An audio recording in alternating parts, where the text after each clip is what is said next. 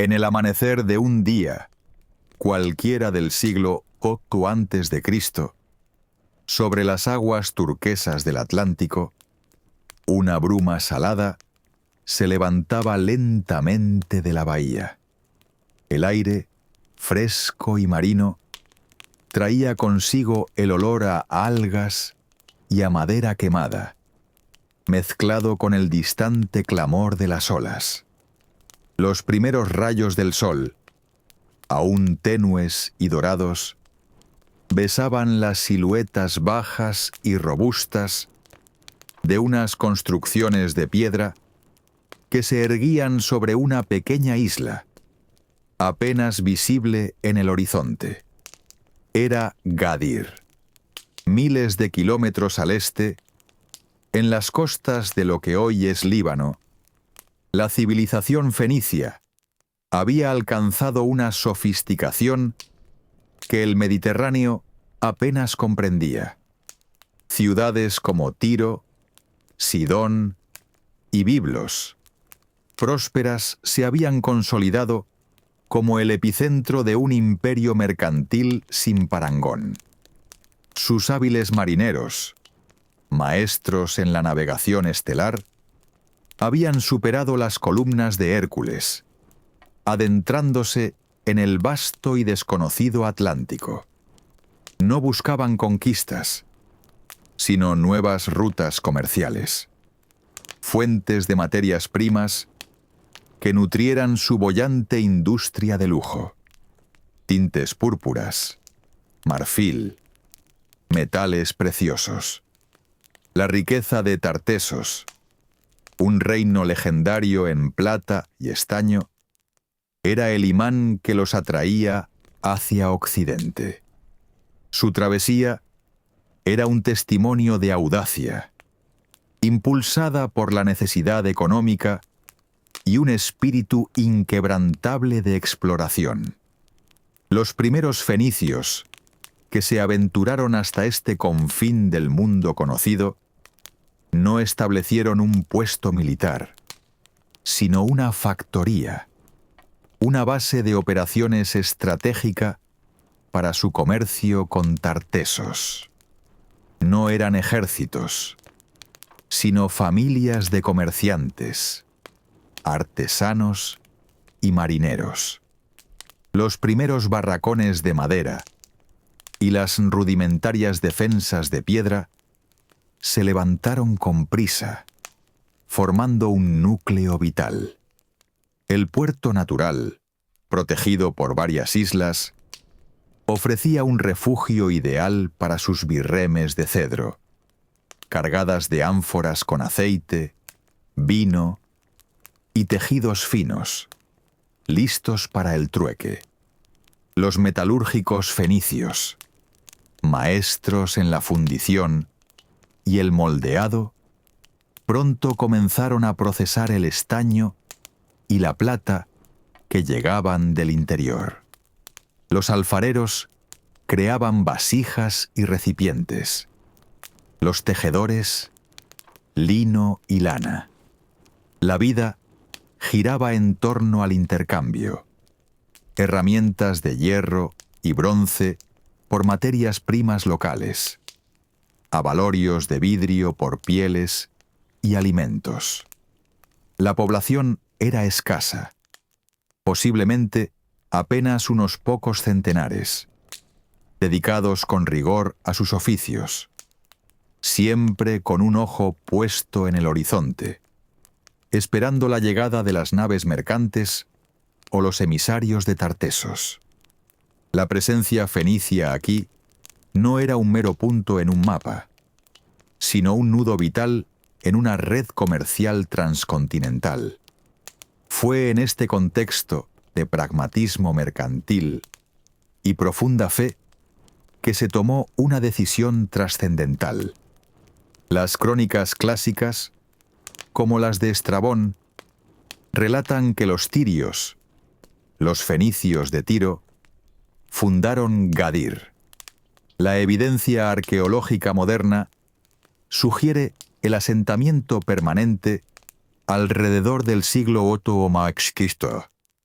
tras exploraciones previas. Lo que marcó su consolidación no fue solo la erección de muelles, sino la dedicación de un espacio sagrado. En una de las islas al sur, se erigió un templo a Melkart, el dios patrón de Tiro, divinidad de la navegación y el comercio. Su presencia era vital para la legitimidad y protección de la colonia. Este templo, con sus grandes pilares y un fuego perpetuo, era un hito para los marineros. La fundación de Gadir, con su templo a Melkart como ancla espiritual, transformó un simple fondeadero en un punto fijo, una extensión de Fenicia en el extremo occidental. No era solo un enclave económico, era un compromiso duradero con estas lejanas costas atlánticas. Así nació Gadir, una de las ciudades más antiguas de Occidente, cuna de una historia que se extendería por milenios. Las huellas de aquellos primeros fenicios aún dormitan bajo el asfalto de la moderna Cádiz, en puertos sumergidos y en los relatos antiguos. Aquel amanecer del siglo XVII no fue solo el despertar de un día, sino el alba de una urbe que se convertiría en un faro para navegantes y un crisol de culturas.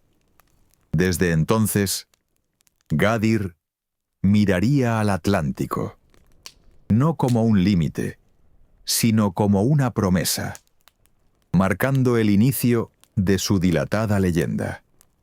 Antes de que sigamos, si te están enganchando estas postales del pasado, dale un buen like y suscríbete al canal para que no se pierda ninguna. Y cuéntame en los comentarios desde qué rincón del mundo nos estás escuchando. Siempre es fascinante saber hasta dónde viajan estas historias. Ahora sí, volvamos al relato. A mediados del siglo VIII, antes de nuestra era, el azul profundo del Mediterráneo oriental se mezclaba con el aroma a madera de cedro, sal y especias. En los muelles de Tiro, la principal ciudad fenicia, el bullicio era constante. Cargadores apilaban ánforas, marineros reparaban velas teñidas de púrpura y el repiqueteo de los martillos resonaba al construir nuevas embarcaciones. Estas naves, robustas y de quilla profunda, algunas de hasta 30 metros de eslora, no solo transportaban bienes, sino también la audacia de un pueblo que miraba más allá del horizonte. El sol, aunque cálido, presagiaba viajes hacia aguas más frías, hacia los confines del mundo conocido, impulsado por una ambición insaciable. El pueblo fenicio, heredero de una tradición marítima milenaria, había tejido una vasta red comercial que se extendía desde las costas levantinas hasta el África del Norte y las islas del Egeo. Ciudades como Biblos, Sidón y Tiro no eran imperios territoriales, sino talasocracias, reinos del mar, cuya riqueza se medía en barcos, contactos y el incesante flujo de mercancías. Si bien el lino, el vidrio, la cerámica y el codiciado tinte púrpura de Múrice eran pilares de su comercio, una obsesión particular impulsaba sus viajes más lejanos. Los metales. El cobre de Chipre, el estaño, fundamental para el bronce y sobre todo la plata, una fuente de riqueza inigualable que, según las leyendas y los primeros reportes de sus exploradores, abundaba en una tierra al oeste, más allá de las míticas columnas de Melkart, el actual estrecho de Gibraltar. Melkart, su deidad protectora, señor de Tiro y guía de los navegantes, prometía su amparo a quienes osaran aventurarse en lo desconocido. La sed de plata tartésica empujaba a los fenicios más allá de los límites geográficos y mentales de su tiempo. Se arriesgaban a cruzar el estrecho, donde las corrientes del Atlántico chocaban con fuerza y los vientos podían ser traicioneros. Sus cartas de navegación no eran mapas en el sentido moderno, sino el conocimiento acumulado de siglos, transmitido de generación en generación, la posición de las estrellas, el comportamiento de las corrientes, las formaciones costeras y la prudencia. Los marineros fenicios sabían leer el mar y el cielo como pocos. A bordo de sus birremes y trirremes, con sus distintivas proas, en forma de cabeza de caballo, enfrentaban la vastedad del océano durante semanas. El objetivo no era solo llegar, sino establecer una base permanente que permitiera asegurar las rutas comerciales, proteger los cargamentos y facilitar el intercambio con los pueblos nativos del sur de la península ibérica. Así, la pequeña isla de Gadir, con sus abundantes recursos pesqueros y su posición estratégica, se reveló como el emplazamiento idóneo. No era una conquista militar, sino una expansión comercial y a la vez religiosa. Se erigió allí un santuario dedicado a Melkart, un templo que se convertiría en uno de los más venerados del Mediterráneo occidental. Los arqueólogos sugieren que su fundación no fue casual, sino una decisión premeditada y cuidadosamente planificada. Gadir era más que un puerto, era un faro para sus naves, un centro de purificación religiosa antes de los peligrosos viajes atlánticos y un punto neurálgico para la explotación de los recursos de la rica Tartesos. La elección de Gadir como enclave principal marcó un antes y un después en la historia del Atlántico. La presencia fenicia en esta remota isla no solo consolidó la primera ruta comercial transoceánica conocida, sino que también sembró las semillas de una nueva cultura, fusionando la sofisticación oriental con las tradiciones locales. Los restos de cerámicas, los objetos votivos y los cimientos de antiguas estructuras que emergen de la arena y el mar hoy son la huella tangible de aquel audaz viaje. Gadir, la joya fenicia del Atlántico, se convirtió en un nexo entre mundos, una puerta hacia el fin de la tierra, dejando un legado que perdura en el nombre y la esencia de la ciudad. Si te ha interesado este viaje a los orígenes de una civilización milenaria, te invitamos a seguir explorando los misterios que encierra el pasado.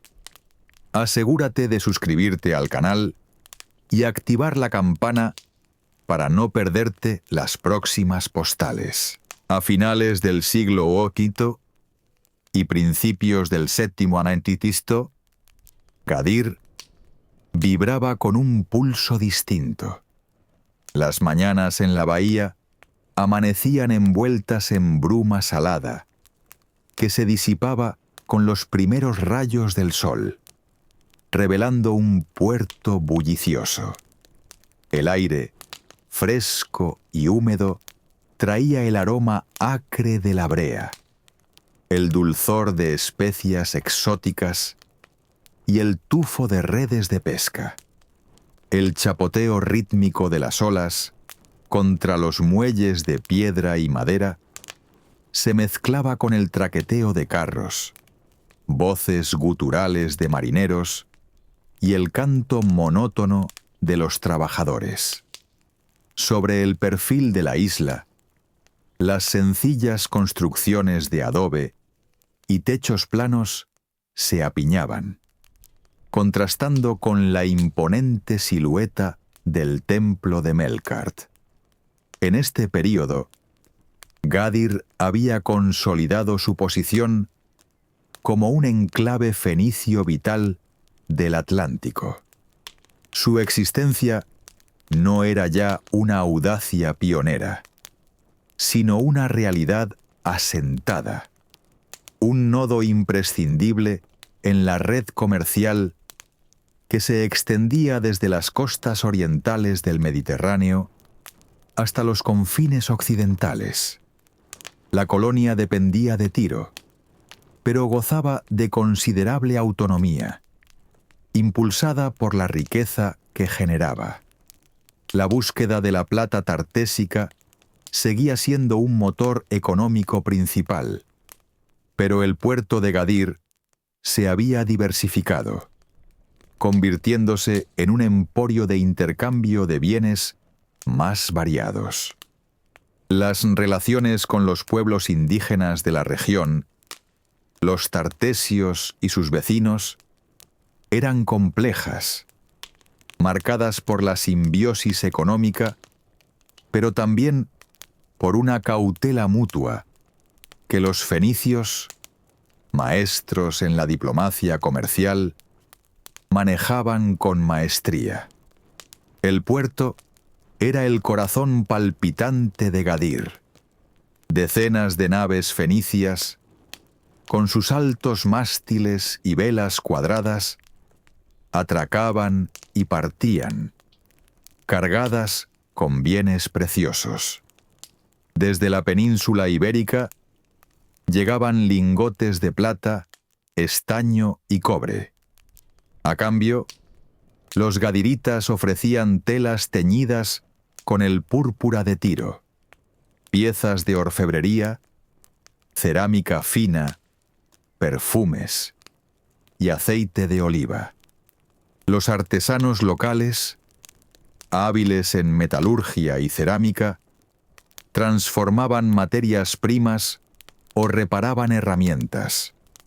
Las calles estrechas, de trazado irregular, acogían talleres y tiendas donde el trueque y las primeras monedas de electro o plata fenicias eran el pan de cada día. La población, quizás de unos pocos miles en la isla mayor, estaba compuesta por fenicios nativos, descendientes de las primeras migraciones, y una creciente población mixta, fruto de interacciones con pueblos indígenas que vivían y trabajaban en arrabales o inmediaciones. En el extremo sur de la isla se alzaba el santuario de Melkart, el Hércules gaditano, verdadero centro espiritual y comercial de Gadir. No era solo un lugar de culto, era un hito para los marineros, un tesoro para las ofrendas y un punto de referencia para los tratos. Sus muros de piedra, según las descripciones antiguas, eran de proporciones majestuosas, custodiando un interior donde el humo del incienso se mezclaba con las súplicas y ritos propiciatorios. En sus altares se sacrificaban animales, y en sus tesoros se depositaban exvotos de plata y oro, testimonios de promesas cumplidas y esperanzas futuras. El templo también funcionaba como un banco y centro de arbitraje, donde se sellaban importantes acuerdos comerciales bajo la égida divina, garantizando la inviolabilidad de los pactos entre fenicios y tartesios. Este lugar sagrado no solo proyectaba la piedad de los gadiritas, sino también su poder e influencia en la región atlántica.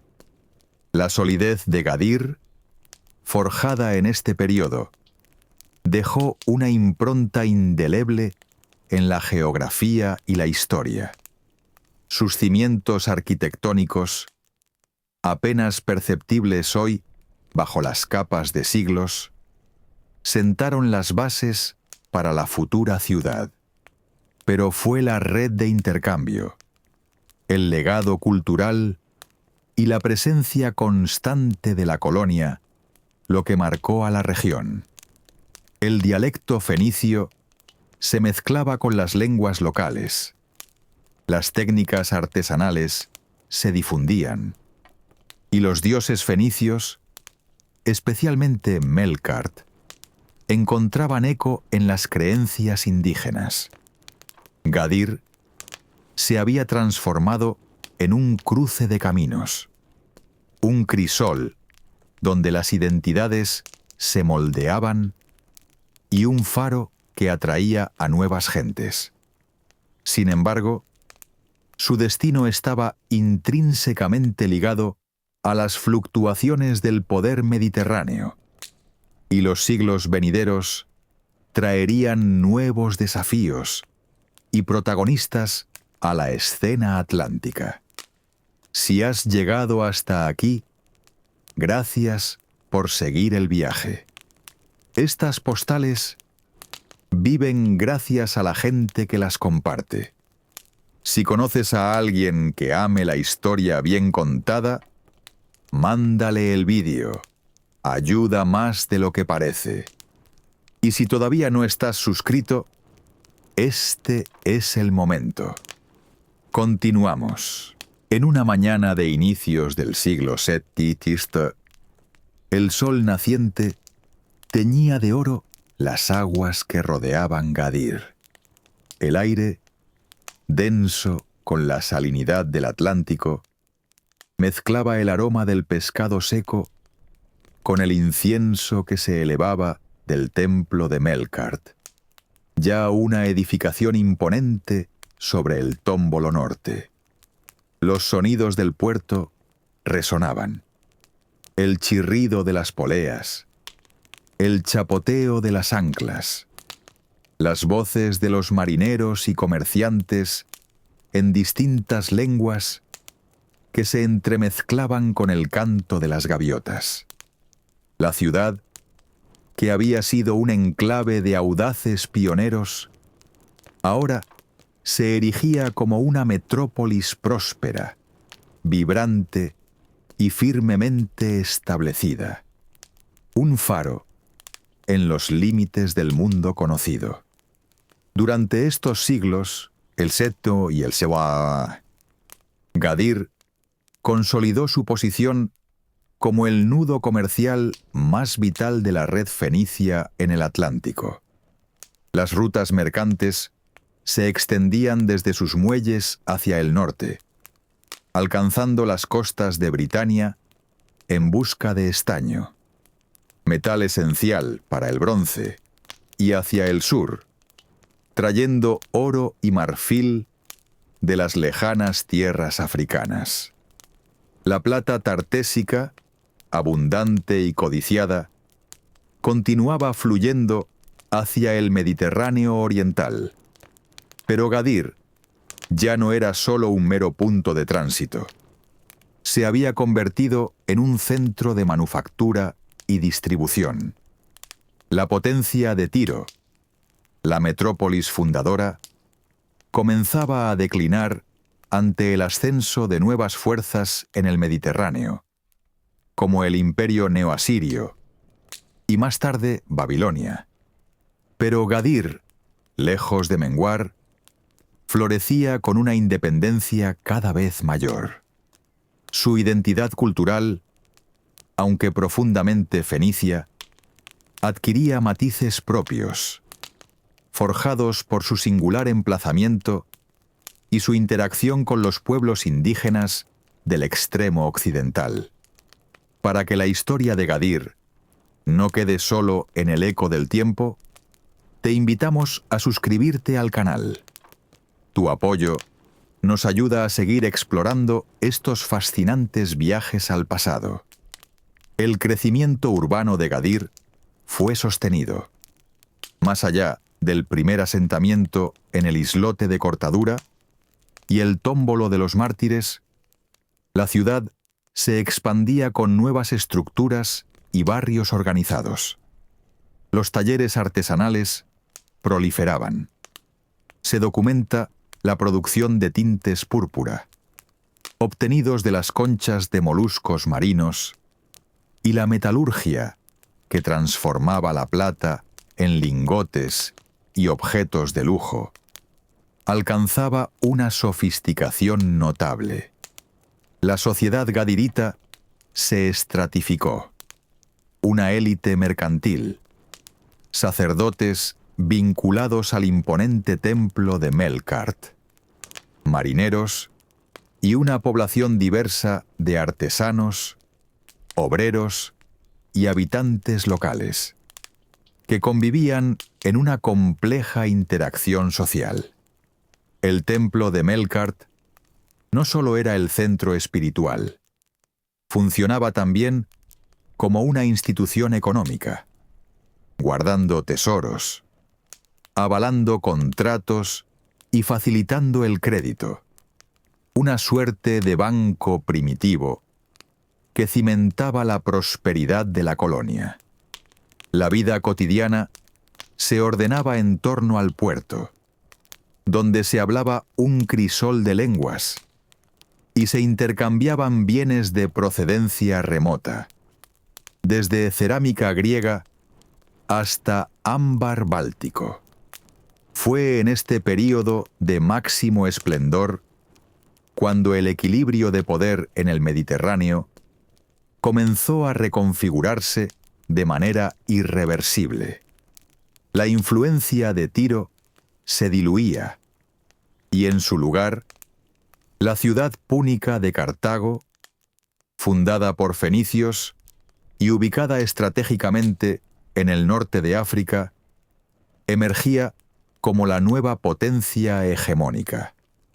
Gadir, con su riqueza acumulada, su red comercial bien establecida y su posición inexpugnable en el Atlántico, se convirtió en un objetivo de inmenso valor estratégico para la ascendente Cartago. No hubo una conquista abrupta, sino una paulatina absorción de su órbita de influencia. La metrópolis atlántica, a pesar de sus raíces tirias, se veía abocada a un nuevo destino bajo el creciente poder púnico. Un cambio que, si bien la transformaría, no mermaría su importancia. Las huellas de esta era de esplendor permanecen hoy no tanto en estructuras visibles sobre la superficie, sino en la memoria de su vocación marítima y comercial, en los cimientos profundos de la ciudad que fue Gadir. Su posición estratégica, su riqueza y su red comercial, consolidada, la hicieron un premio codiciado, preparando el escenario para la llegada de una nueva fuerza hegemónica en el Mediterráneo occidental, que consolidaría aún más el papel de Gadir como una de las urbes más influyentes de su tiempo. Un viento salino, idéntico al que soplaba hace 3 milenios, barre hoy las calles de Cádiz. La luz del mediodía sobre el Atlántico, cegadora y nítida, baña las fachadas blancas de la ciudad moderna. Bajo el asfalto y el cemento, bajo las terrazas donde resuenan conversaciones animadas, las profundidades de la tacita de plata guardan celosamente sus secretos más antiguos. El rumor de las olas, inalterable, murmura contra el muelle, un sonido primordial que ha sido testigo de imperios y desapariciones. No muy lejos, la arena dorada de la caleta se extiende, flanqueada por castillos que, aunque de épocas posteriores, ocupan el mismo espacio sagrado que antaño vio los ritos a Melkart. Aquí el pasado no es una reliquia silenciosa, es un eco vibrante en el aire, una presencia palpable en cada rincón, esperando ser desenterrada. Tras su cenit fenicio, Gadir, la joya del Atlántico, no perdió su brillo, sino que cambió de manos. A partir del siglo VI, la creciente influencia de Cartago, la poderosa colonia fenicia en el norte de África, comenzó a permear la estructura de la ciudad. Cartago, emergente potencia naval, vio en Gadir una base estratégica inigualable para sus expediciones atlánticas y su contienda contra Roma por la hegemonía del Mediterráneo occidental.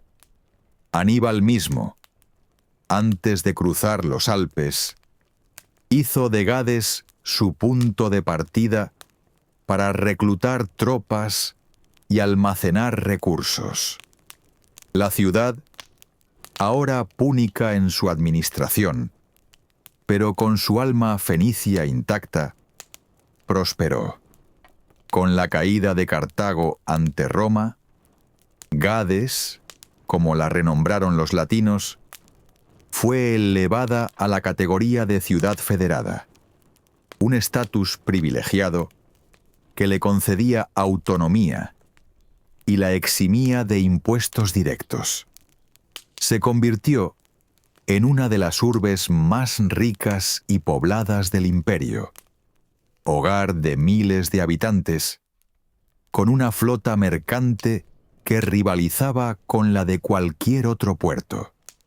Sus salazones, su garum y su vino eran productos codiciados en todo el mundo romano.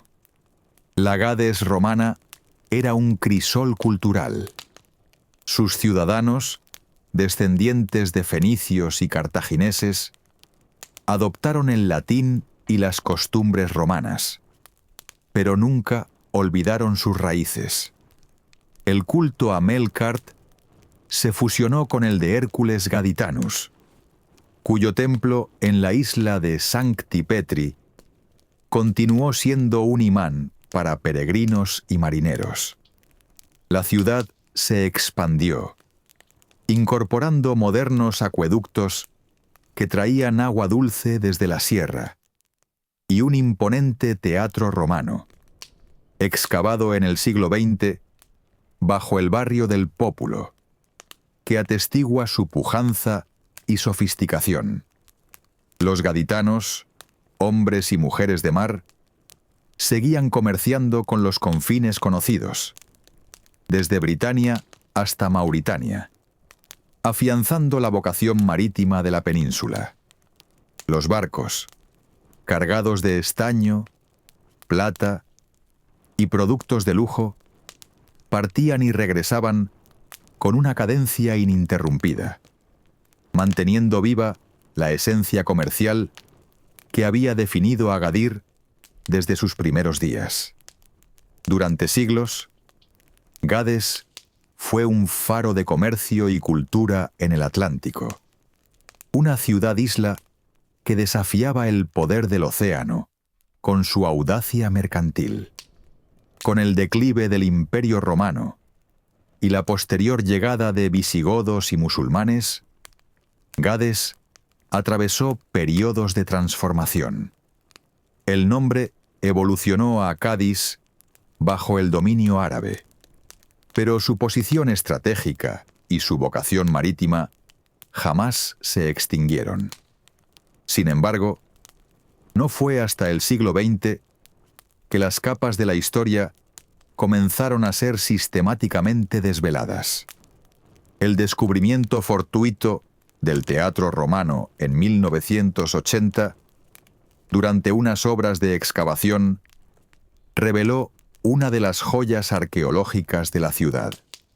Más impactante aún fue la recuperación, en la necrópolis fenicia del Parque Gadir, de los sarcófagos antropoides, piezas únicas que confirman la maestría artística y la profunda cosmovisión de sus primeros habitantes.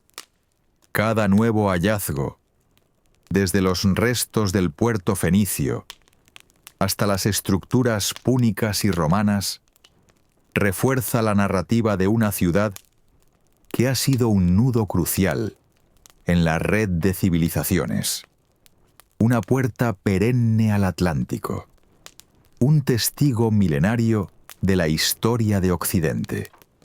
Estos descubrimientos no son meros fragmentos de piedra, son los ecos de Gadir que resuenan en el presente.